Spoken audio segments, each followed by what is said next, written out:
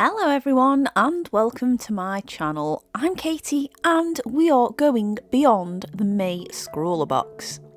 As you'll remember, we had some of the highly anticipated Posca pencils. I know a lot of us had been curious about it and we all had mixed feelings about how they performed. Although not my main medium, I was curious to see what else I could do with these. But first of all, I wanted to find the ideal paper, so I had 3 to choose from. I used it on the uncoated drawing paper that was featured in a couple of Scrawlrboxes ago.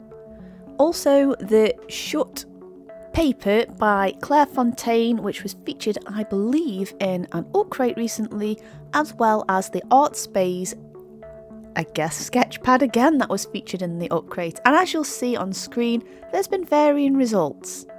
If you really like that texture, then these pencils are going to like a texture and that's going to show through and you'll have those white speckles.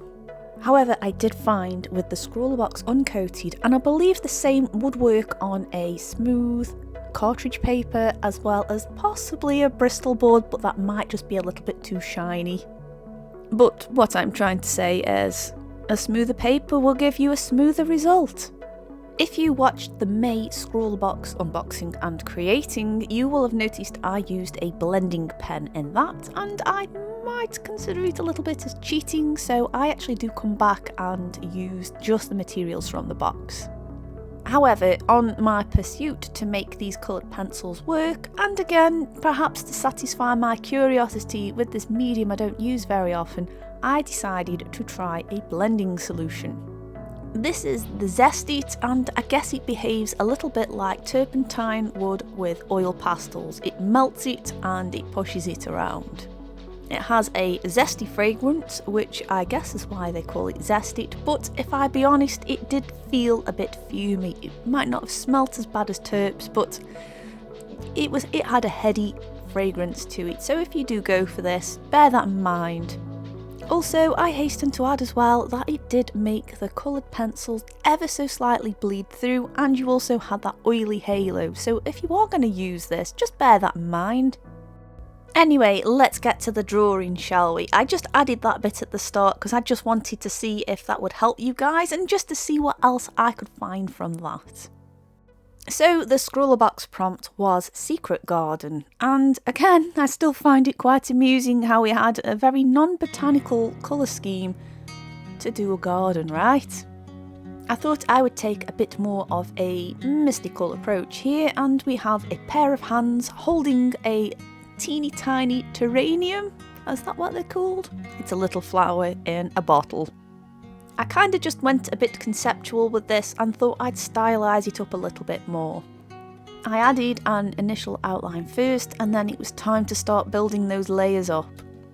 Starting with the lighter colours, and I was hoping that they might add a bit of a tint to the background as I blend them in with the other coloured pencils. And I kind of had a moment about these pencils as to where they could be used and how they'd fit in with any other coloured pencils that you might have.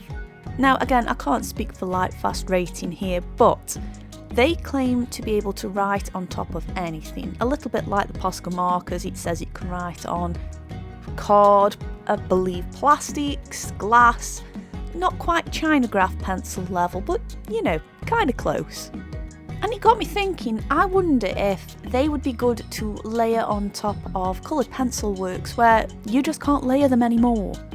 You know how it is when you've perhaps used Prismacolors or your Derwents or your Faber-Castells. It gets to a point where you can't add any more coloured pencil on there. It kind of just goes all gloopy and horrible, well, as a coloured pencil can.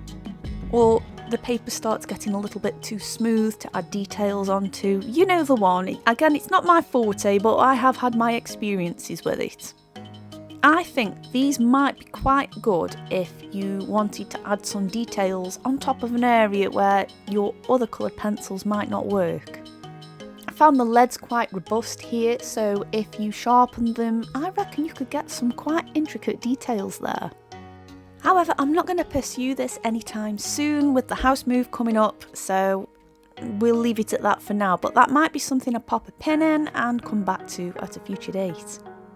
The only reason I mention this is when it came to adding the thick colour on the background, I would alternate between that red and the deep blue, and whichever one I layered on top last kind of shone through a little bit more, so that might just be worth something to consider. But yeah, I still quite like these coloured pencils. I think now I've sort of had that little thinking process about it, I believe they've got a valid place in your art supplies.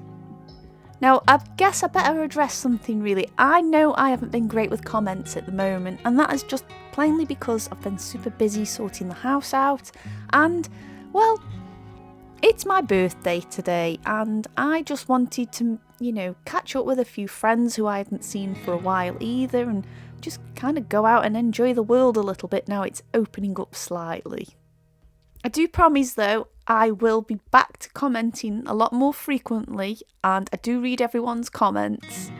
But once I've moved and I've settled in, I'll have a lot more time to dedicate to you guys, and thank you for all your wonderful support. Now, after all of that background has been filled in, and I do quite like how these blend, I must admit, I'm not a fan of the texture it leaves, and I was really good and did not use any blending mediums here. I decided everything needed another outline because, you know me, I kind of like doing that. And I'm glad I did because it just made everything stand out a little bit.